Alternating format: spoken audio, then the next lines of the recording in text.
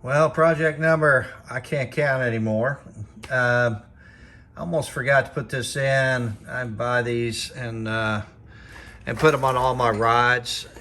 So this is an SAE. This is an SAE plug. So what I typically do is it has a nice cover on it and clamps down. So here's what I've done right in front of the seat.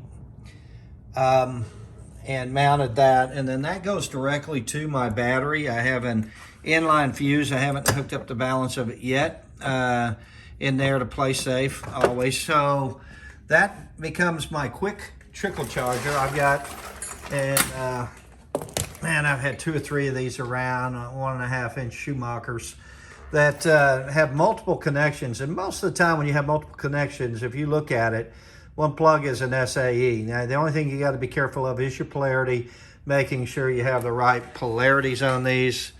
So this one on this, it came with 2, and they're reverse polarity. Same way with these. These are great for connecting light bars and everything for quick disconnects. Now, the unusual thing about this one, you got to be really careful, is this is meant to be split and used as a connector, and some of the connectors are just straightforward. So that means you're notice how the red is a female there. It's accepting the male, and the red is now a male over here on this side. That's so you can split these apart and keep your polarities right on these things and use them as a great quick disconnect for all your accessories. These are, I think they come mostly in 12, 10, and 14. These are, I think, 12s. You buy them in a pack for like 5 for, I don't know, 20 bucks, something like that. So I'll be using these a lot.